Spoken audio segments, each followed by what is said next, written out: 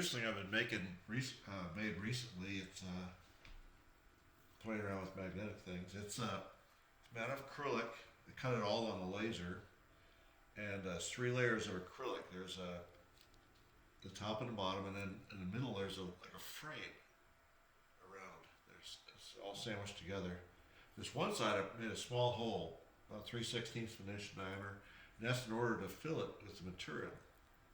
And what I did is I put some powdered iron in there, and then I put glycerin. Probably a thick mineral oil, a heavy mineral oil would be better, but I didn't have any of that, so I just put glycerin in there, and it holds the particles of iron in suspension.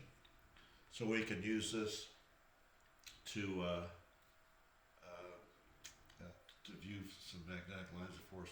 So what I wanted to note is that when I was filling this thing, I covered this area with some clear tape so I could see what I was doing.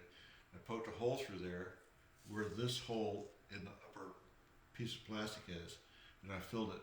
And I did that in order to protect the surface of this plastic from any kind of, well, in this case, glycerin, but if you're going to use oil, protect it from oil so that you can peel that tape off when you're all done filling it. And then I glued a little stub, I think you can kind of see that here, a little piece of acrylic scrap glued it in place.